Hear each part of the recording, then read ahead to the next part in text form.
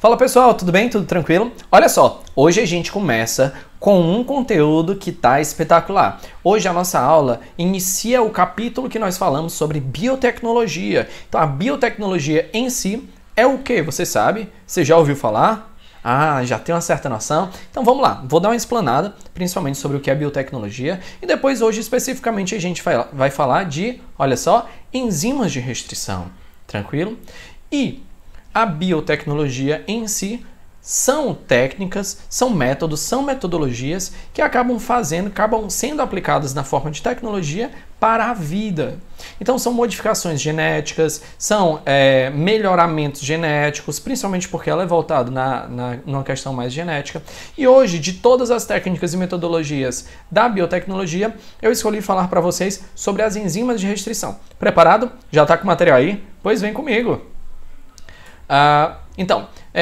A história toda da biotecnologia, ela nasceu basicamente no ano de 1940, que começou a aparecer graças a determinadas experiências com bacteriófagos, que são vírus que acabam parasitando bactérias, certo?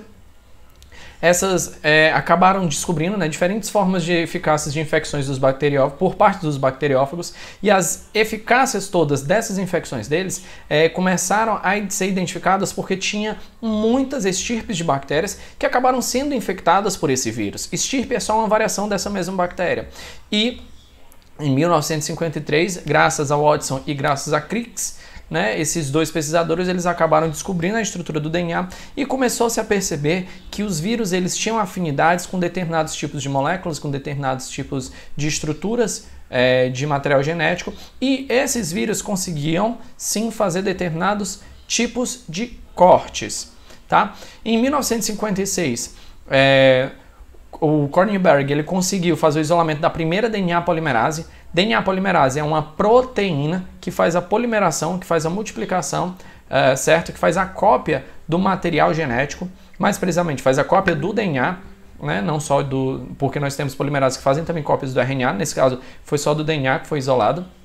E depois a gente conseguiu, em 1966, 10 anos depois, fazer o isolamento da DNA ligase.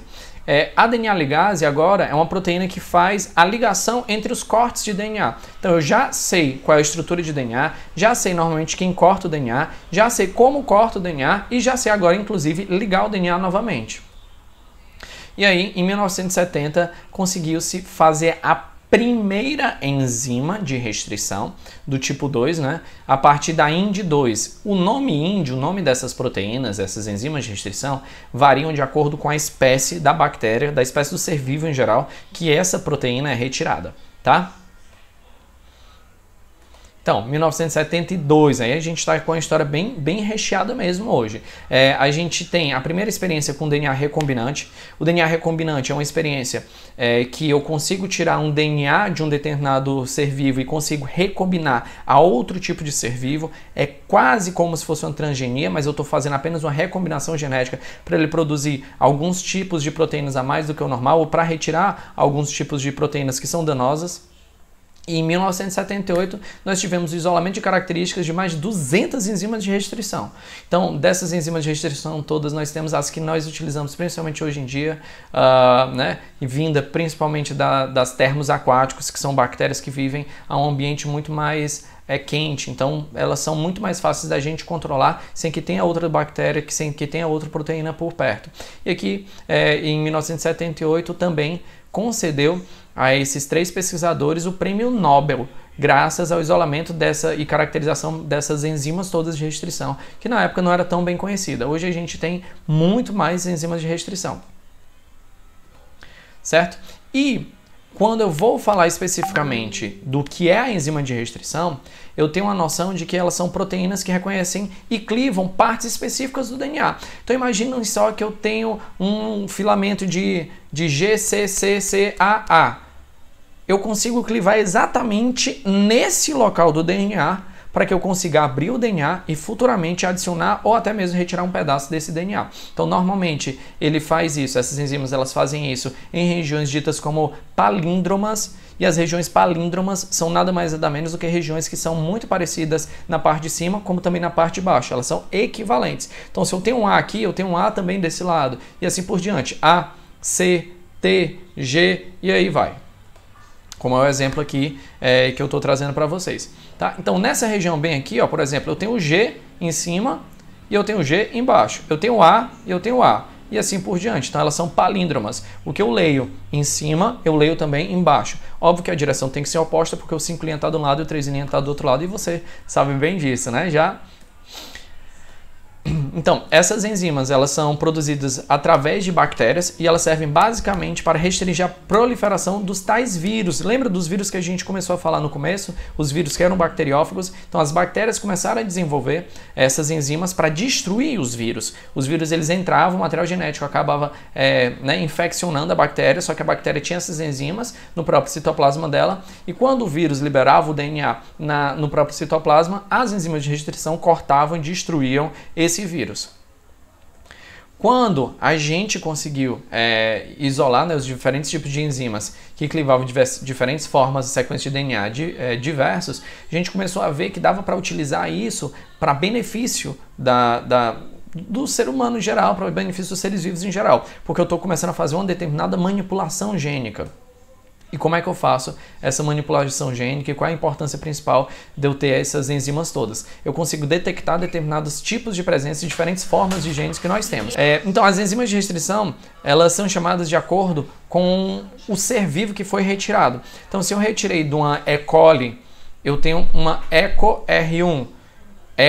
A E. coli é a Escherichia coli. Então, eu já tenho a contração do próprio nome.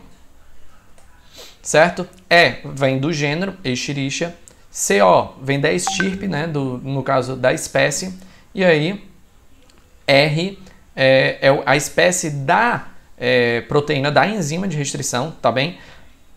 No caso desse CO é de coli, essa é a espécie do ser vivo, mas aqui nas enzimas de restrição eu vou chamar de espécie ou a letrinha que vai aparecer depois, certo? Que nesse caso são siglas mais laboratoriais, esse caso é o RY13. E aqui eu tenho a ordem de descoberta, se foi a primeira, a segunda, a terceira, qual é que é a mais usual, qual é que é a melhor. E aqui eu tenho normalmente mecanismos diferentes e diversos a respeito dessas enzimas de restrição, desses sistemas de restrição. Eu já falei que as enzimas de restrição elas servem justamente como um mecanismo de defesa presente quando entram determinados seres invasores, principalmente vindo de vírus, certo? E a facilidade que elas têm em fazer esse corte todo é porque ela combina determinados tipos de restrição graças a metilases. O que é a metilase? A metilase é quando eu faço a hidrólise do DNA, é quando eu quebro partículas do DNA com água, eu adiciono água e acabo separando essas bases nitrogenadas todas. Tranquilo? Isso serve basicamente, né, no ser selvagem para fazer a proteção do próprio DNA celular, e eu vou cortar apenas um DNA invasor. No caso dessas próprias DNA metilases, elas possuem sequências de reconhecimento específico das enzimas de restrição. Então não é qualquer enzima, ela não vai cortar qualquer coisa. E é por isso que as enzimas de restrição são tão benéficas hoje em dia. Por quê? Porque eu consigo ir exatamente em um local específico que eu quero. Eu não vou sair cortando todo o DNA que aparece por aí pela frente. Então, eu tenho alguns tipos de enzimas e eu vou mostrar para vocês as enzimas e os sítios que elas acabam se ligando. Essa BAN-H1, ela só reconhece esse sítio de ligação, ela é muito específica, ela só reconhece DNAs que tem GG, AT, CC. Porque, como é palíndromo, eu consigo ler em cima desse jeito e embaixo do mesmo jeito. Em cima eu leio da direita para a esquerda e embaixo eu acabo lendo o contrário, o inverso. E aqui eu tenho regiões que elas são ambíguas. O que é que seria dizer? Ela consegue reconhecer cerca de 5 bases nitrogenadas completamente diferentes. Vai variar bastante, né, no caso das enzimas de restrições, de acordo com a composição da sequência dos nucleotídeos que ela tem, da posição que ela vai fazer o corte, se tem ou não uma sequência de reconhecimento, e se essa sequência de reconhecimento ela é modificável, ela é mutável ou não, e vários outros tipos de cofatores, né, que eles vão se envolver no caso de temperatura, acidez, enfim, e principalmente a estrutura da enzima. Eu tenho, então, a respeito dos tipos, eu tenho o tipo, né, a subunidade 1, que é a de restrição, a subunidade M, que é a que vai metilar, ela vai adicionar para depois separar o DNA, e a unidade 3, que é a unidade de reconhecimento. Tranquilo? A unidade de reconhecimento, a enzima ela só vai se ligar para fazer a leitura do DNA para saber se é realmente neste local que ela consegue fazer e que ela precisa, né, para ela fazer todo o processo normal dela.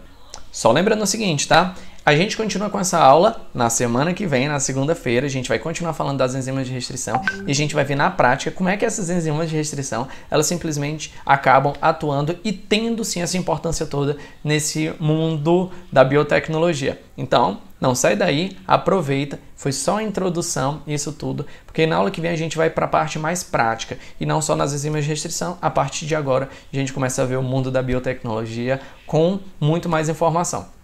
Beijão, até mais!